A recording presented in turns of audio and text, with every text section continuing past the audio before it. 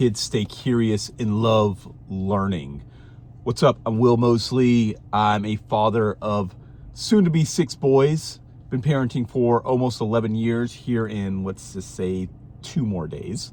Also, I'm a creative director. I've helped $1 million businesses make more millions. And I personally just love self-development. If you're 30s, if you're a dad, shout out to the moms out there too.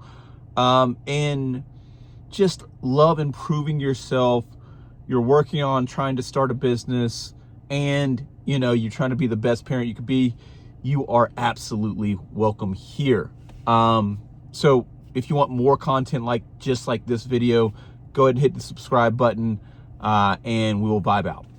All right, so my promise hopefully at the end of this video is that you'll have a couple of ideas, some inspiration that will help drive some immediate systems that you can change. A lot of times we have a lot of ideas that come from YouTube, TikTok, podcasts, whatever, but we never implement them. We never put them in place. And I find for myself, at least, an SOP, a standard operation procedure, is one of the best ways for me to not only stick to something today, but tomorrow again and again and again. And it doesn't have to be this crazy term. So I'll talk more about that in a minute, but that's just my promise. I want to help give you some ideas, some inspiration.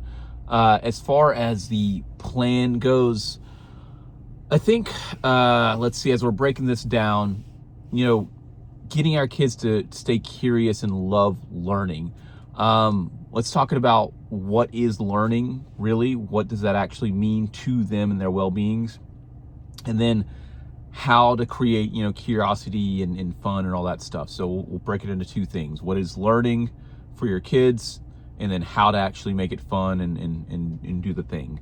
All right, cool. By the way, we are trying out something new today. I have, this camera right here, the SL3, whatever. I'm attempting to just record these candidly on my iPhone right now. Same with taking the thumbnails, stuff like that. And I'm hoping that I can just get rid of the camera. Hopefully the quality is well enough to you guys enjoy it and vibe. Let me know in the comments below. If you watch one of my previous ones and you watch this one, you're like, maybe you should stick with the camera, or iPhone's just fine. If the iPhone's just fine, it gives me more time to create more value for you guys. All right, let's get to the plan. Step 1, what is learning? What does education really mean for your kids? I was a terrible student as a kid. I failed almost every single class, barely made it. I'm just pretty sure they just pushed me up the chain with the No Child Left Behind act.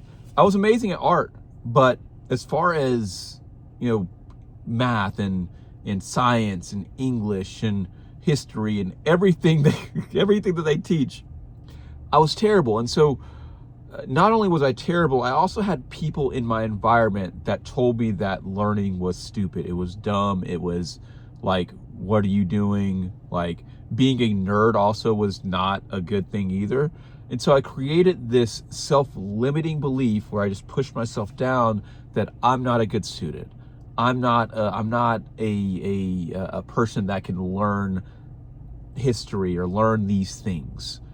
When I looked in comparison at the other kids that just seemed to get it like that, it felt embarrassing. It felt humiliating. It felt all these things. And I'm sure that our kids go through a lot of these same feelings where if we are not taught how amazing education is and what it really means to us, it can feel like this just continuously just never missing the mark, never being able to be good enough to your classmates, to your teacher, to your parents, all that stuff. Because I never felt good enough. I remember graduating with a 2-point-something GPA from high school, but I was so proud of myself still because I was the only person in my family that ever graduated. And that meant something to me. That meant I'm not gonna be this project kid that just stays repeats the cycle of what I've witnessed with my parents. I'm not going to get locked up in prison like my dad. These things were things that I actively was thinking. Even though I was terrible at being a student, I was still had this mindset of I'm going to do something with my life. And it's really crazy. It's funny that we spend all of our life chasing money, right? We chase money where we believe it's going to bring us happiness or riches or security, all these things, which all the way it can bring all those things. I'm not dispelling any of that. But we spend all of our time chasing money so that we can get these things. And notice how I said we spend our time trying to acquire money. Money or time itself is one of the biggest, most valuable assets. It is non-renewable. This second has passed and it is now gone.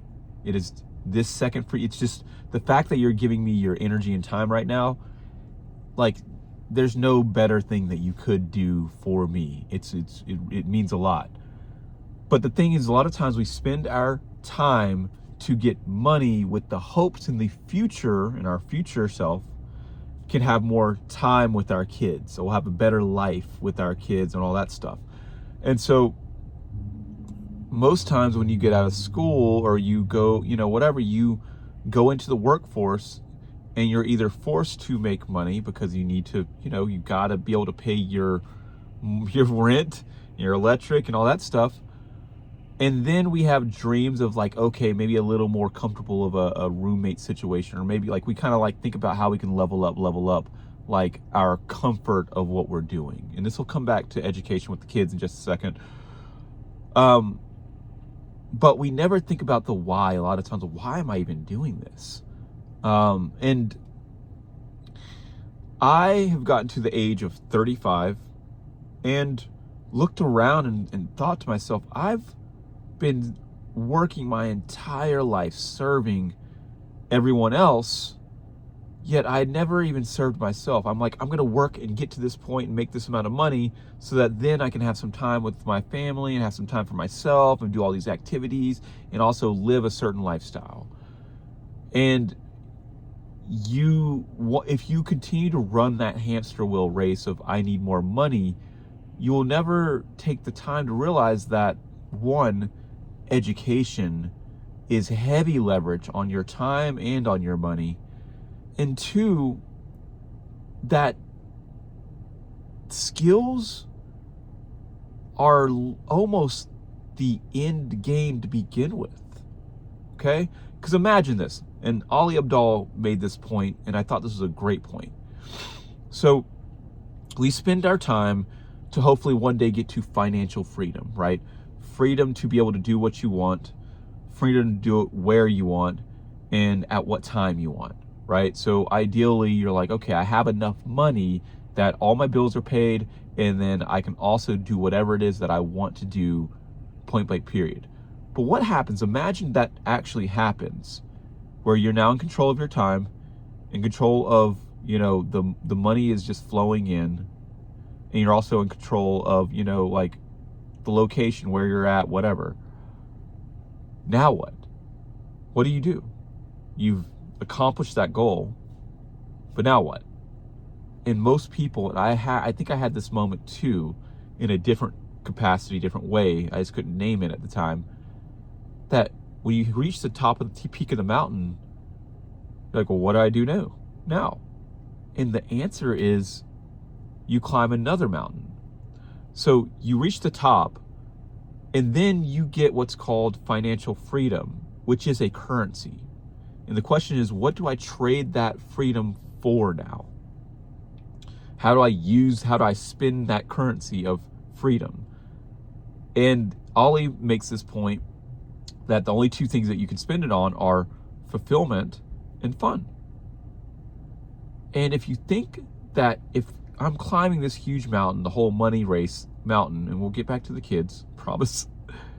You're climbing this mountain to finally get to the point where you have freedom, which actually affords you fulfillment and fun, well, you could actually put fulfillment and fun in your day now. You don't have to run this crazy race for that to happen.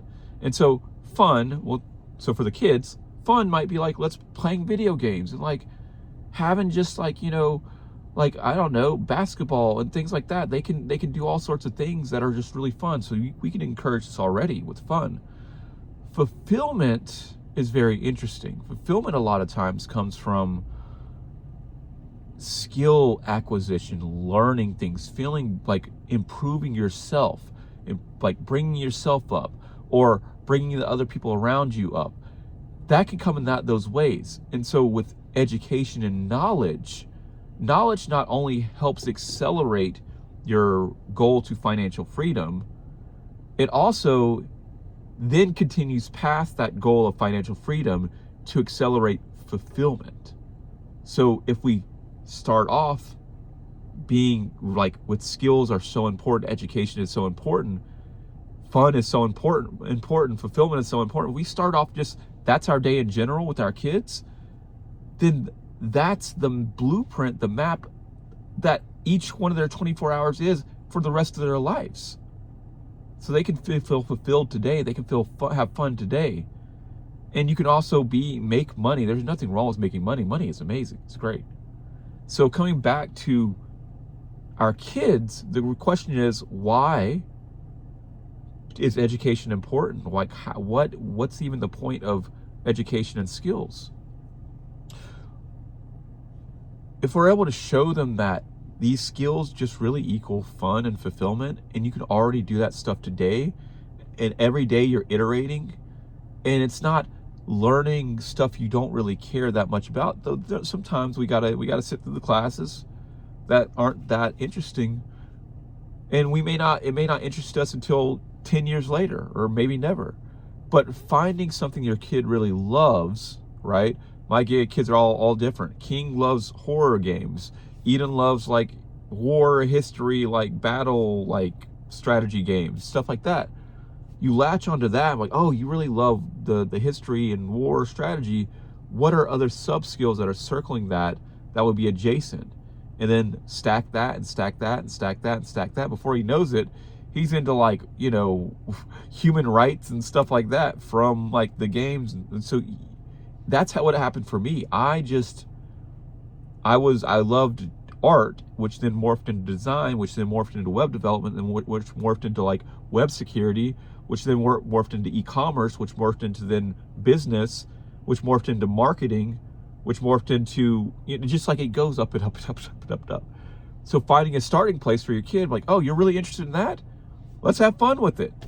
And then how can we accelerate how much you learn, how much you're involved in that? Iterate. Education is amazing. Making the point that every day I'm going to learn something, and it doesn't always have to be the thing that someone else wants you to learn, but every day saying I'm going to learn more things, because you are the asset. Like, you can buy stocks and bonds and all this stuff that can help accumulate wealth, but at the end of the day, they could take away all the things, your house, you could get a divorce, all the things, but you are the asset. And the only way that you improve, that you compound, is if you invest in yourself. And so if we can take these mindsets and pass them to our kids, gift them to our kids, not gift money, you can, but we gift our knowledge, which that's all we're doing. We're giving them their knowledge so that they can then learn how to learn. If we can do that, top notch. All right, 2, how do we do this? How can we get our kids to just be self-learners, to be excited about learning and education? I think that for me, I'll talk just for me, what I'm doing now in my day-to-day, and hopefully you can take some sort of, like I said, the promise is just maybe some inspiration. You can take some inspiration from this. So I'll tell you my schedule, and then I'll tell you where my kids fit into that, and how I'm fitting education and fun and being a dad into all that. So right now, currently, this may change, wake up at 5:50 a.m., kind of give myself that, little bit of grace to wake up, that 10 minutes, kind of just like a little bit of, you shuffle it out of bed, try not to wake anybody up. And then from 6 to 7, and this depends, if this was a school day, like if we were like, because we're going to be going back to school in like 5 days, I'd probably push my time back from 5:50 to 4:50, and then probably go to sleep a little bit earlier. But finding that I really enjoy this right now, I'll get up from pretty much 6 to 7. That is me going to the gym, like getting out, going to the gym. And then that feels good for me.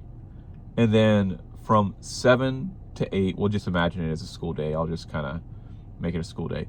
From 7 to 8 is what I call dad class, okay? I get home, mom's, getting the kids pretty much ready for school, and they're pretty much loading in the van. And then as I'm with them, the things that I'm talking to you about, I then educate them, not trying to sugarcoat it down. I'll bring it down to like level of what kind of comprehension, like what it might make sense. But like same thing I'm talking to you about, I'm talking to my kids about. And so for, that from 7 to 8, while we drive to get to school, etc., whatever, I'm educating my kids and saying, hey, school starts here. It doesn't start at 8 o'clock, it starts at 7 o'clock. We're gonna, like, there's things that I need to pass on to you, because I'm not promised tomorrow. Educate you, take care of you, all these things. And so by me passing on my knowledge and skills, I'm building the capacity for them to expand more and quicker and all that stuff. They'll go to school, they'll learn the stuff that they need to learn. And then from 3 to 4, pick them up from the bus. Again, another session of dad class, of kind of just, it might be a little lighter, but we're talking about life and things like that, relationships and girls and, everything. I'm passing on my knowledge that I've experienced over 35 years to them again. So we get to 4 o'clock, right? So they kind of decompress or whatever. And then from 4 to 5 is now dad time. So this is going to either be group or this could be one-on-one time. I alternate between days, every other day. So yesterday was a group day, and bring them into the fold, say, okay, cool, let's do this. Let's vibe, let's hang out. Let's do a warm up, little, dance around. We did show and tell. Yesterday we played outside. All these things are fun. So we're trying to give them fun. We're trying to, maybe the education part can be classified as fun. I find it fun myself, but like in dad time, we're trying to have the best fun, trying to like give you the best energy, the best time, all that stuff. So that's fun for them. Whatever they want to share with me, that's really fun for them. Whatever they need to expand their capacity for like fun or whatever it is, a new game, a new whatever, like whatever the thing is, I'm going to try to make that happen. That essentially is my time with them for the day. I'll end up moving on to date time after that. So I'll go to date time. But I've made the point in dad class that, hey guys, because they're going to be playing their videos, games, and doing their thing. I made the point, say, hey, look, whatever you're really interested in, okay? What I want you to do is either, as you wake up or before bed, you have about 2 or 3 hours before you go to bed, you're in the room, at 7 or 8 or whatever. You got a couple hours. Whatever that you're passionate about, I want you to learn more about that. I want you to dive deeper into that. And if you need anything, let me know, but dive deeper into that. Take those 2 hours for yourself to learn. So throughout the entire day, they've learned lessons passed down from dad. Mom's obviously passing down stuff to them too. They've went to school and educated themselves on like the standard traditional whatever that's, that schools do. And then we had fun and we played and had fun. And then I'm also encouraging them, hey, last couple hours, like instead of just being like, oh, whatever, like find whatever it is that you're passionate about, that you care deeply about, just try to expand that, learn more. So that's kind of how I'm really helping teach my kids like the importance of education and why it actually matters, and then also fundamentally how I'm implementing that into my day-to-day. I really hope that this helped you. This is part of a series that we got going on right now. We've got, so far, this is Parenting with a Purpose, and this is episode 4. So the first episode was what strategies help me avoid burnout as a parentpreneur? How can I build resilience in my kids while managing my own stress? What's the best way to foster a growth mindset in my kids? And then today, like I said, we did how can I help my kids stay curious and love learning? And then in our next episode 5 of this series will be how do I balance discipline and freedom with my kids? So if any of that sounds interesting, either catch up on what you haven't listened to from the series or join me for the next part of this 10-part series. All right, good luck, guys. Take care. Bye. Peace.